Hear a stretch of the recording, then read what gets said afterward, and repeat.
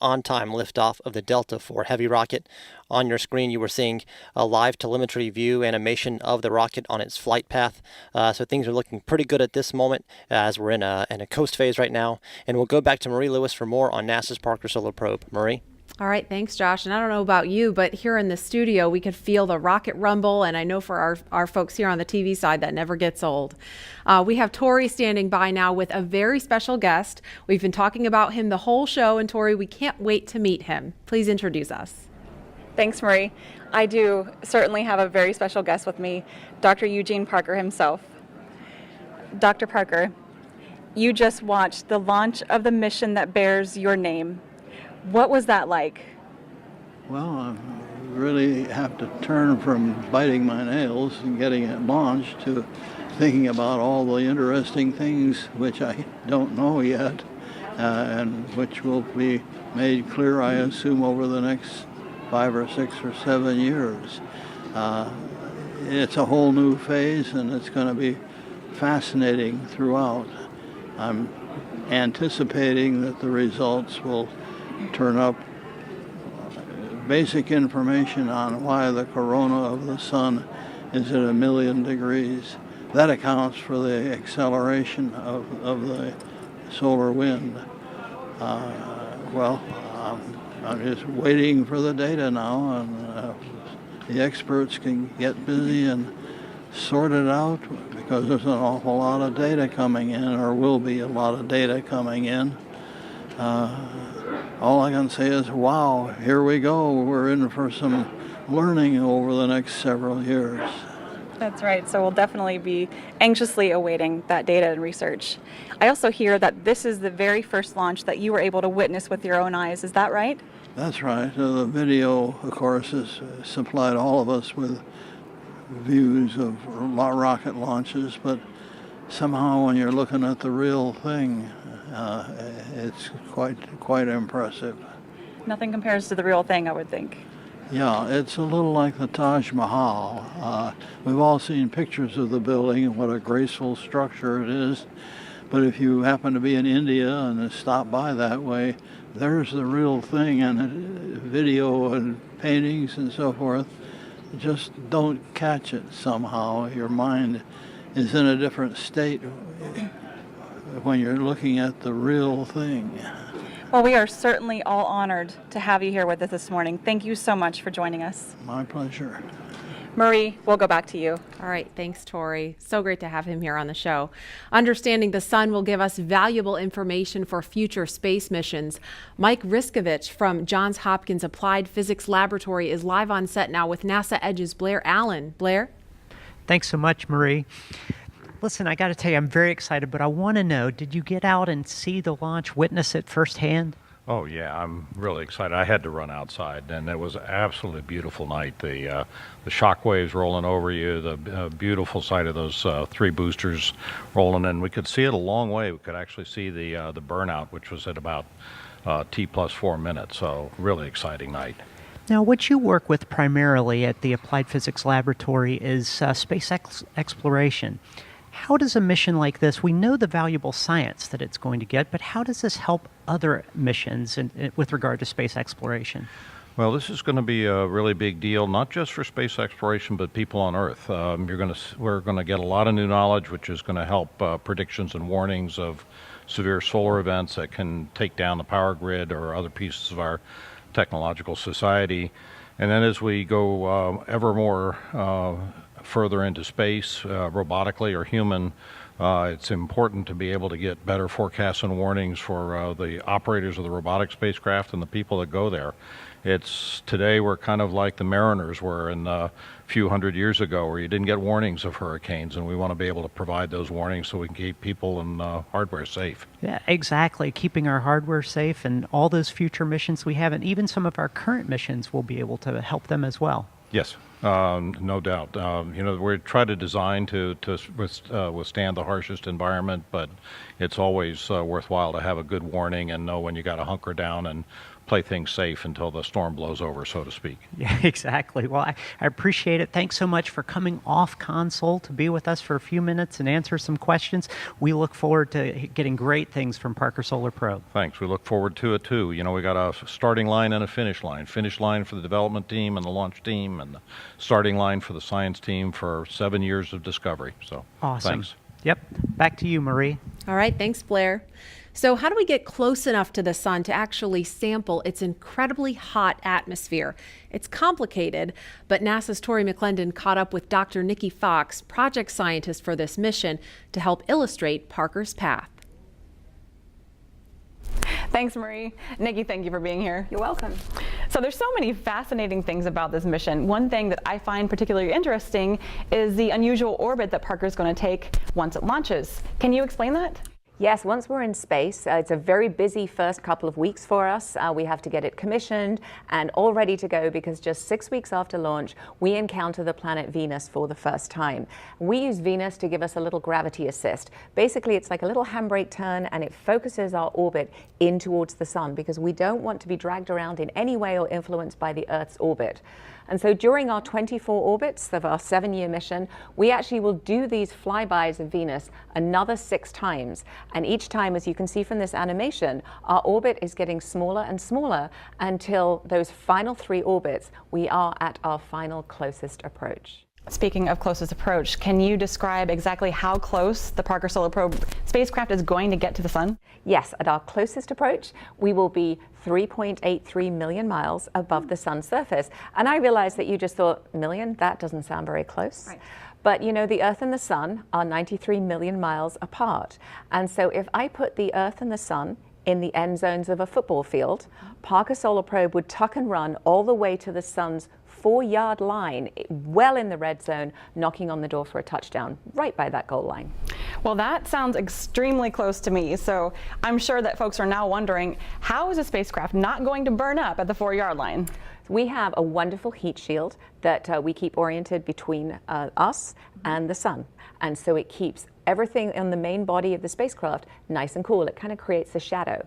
And it has a white coating on it that was specially designed for Parker Solar Probe, very much like you prefer to be in a white car on a hot day instead of a black car on a hot day. The heat shield is glowing and it is reflecting a lot of the sun's energy. And so the front side of the heat shield gets to about 2,500 degrees Fahrenheit, but everything on the main body in that shadow is at about 85 degrees Fahrenheit. So much like a pleasant Florida evening. That sounds so lovely. Well, Nikki, thank you so much for being here today. We're all extremely excited about this mission. Go Parker Solar Probe. And with that, Marie, we'll go back to you. We are coming up on another major milestone in Parker Solar Probe's flight. Let's head back over to Josh for the latest. Josh? Thank you, Marie. I'm here again with Alyssa Macbeth, and we've been monitoring the flight as it's gone so far. And can you tell us a little about where we are now and what's about to come up next? Yeah, so as I mentioned earlier, there was two burns of the second stage. So we're about to come up on that second burn.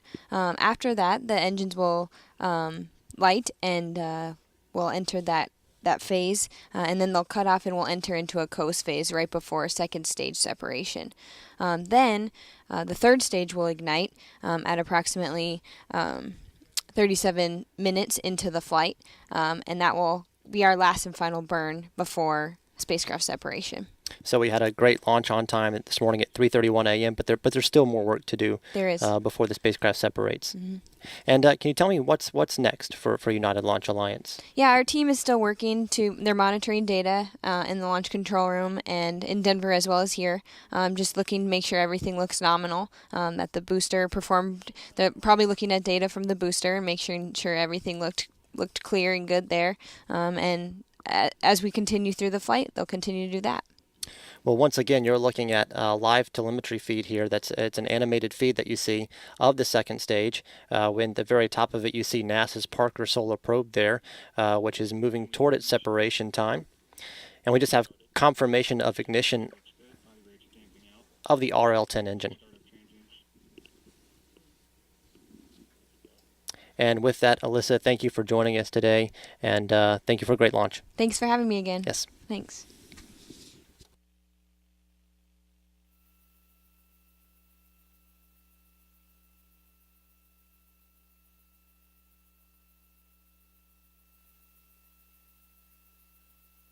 Body rates continuing to look good, chamber pressure remaining stable. 24 minutes, 5 seconds into flight.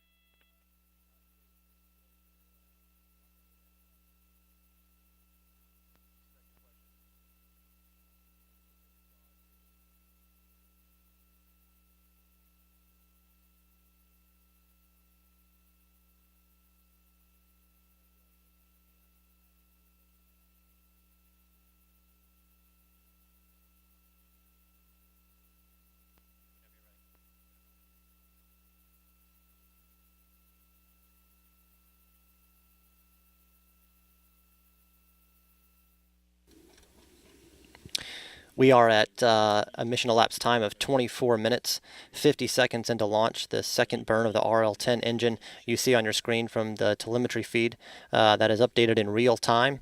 We'll continue to monitor things as we move toward spacecraft separation, where Parker Solar Probe will then begin to unfurl its solar wings. But for now, we'll go back to Marie Lewis in the studio. Marie? All right, thanks, Josh. The Parker Solar Probe mission is designed to collect data and study solar processes that scientists have never seen before. NASA Edge's Blair Allen spoke with mission system engineer Jim Kinnison about the unique challenges in developing this mission. Jim, tell me, what is the Parker Solar Probe mission? So since the beginning of NASA even, there's been a desire to explore the regions around the sun, close into the sun, to understand the processes that are going on there, how the particles coming from the sun are accelerated, how all of that energy goes out into the solar system and even to the Earth and beyond. Parker Solar Probe mission is the final fulfillment of that vision. We'll be able to fly this spacecraft into very close regions of the sun, make those fundamental measurements by taking this approximately 10-foot-long spacecraft with a nice heat shield on the front and keep it pointed in the sun to protect all of those things that allow us to make those measurements. Why has it taken so long to get a mission like this together? Because I know this is all new technology. So there have been some fundamental technologies that we've had to develop over the years, and there have been many people working for decades really to get those technologies in place. Some of those are things like the heat shield. Some of it is also in the area of developing the systems we need to control the spacecraft we're in those regions. Parker Solar Probe is a very autonomous system. It has to maintain itself without a lot of help from humans. So the ability to do that in space is really one of those fundamental technologies we've had to develop.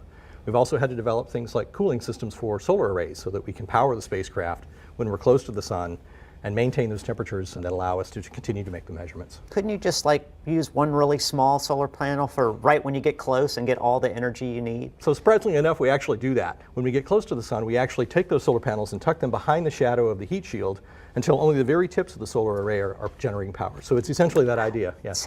I should have been an engineer. Exactly. Anyway, that's really awesome. Now, I understand we're going close to the sun, but you're not just flying to the sun.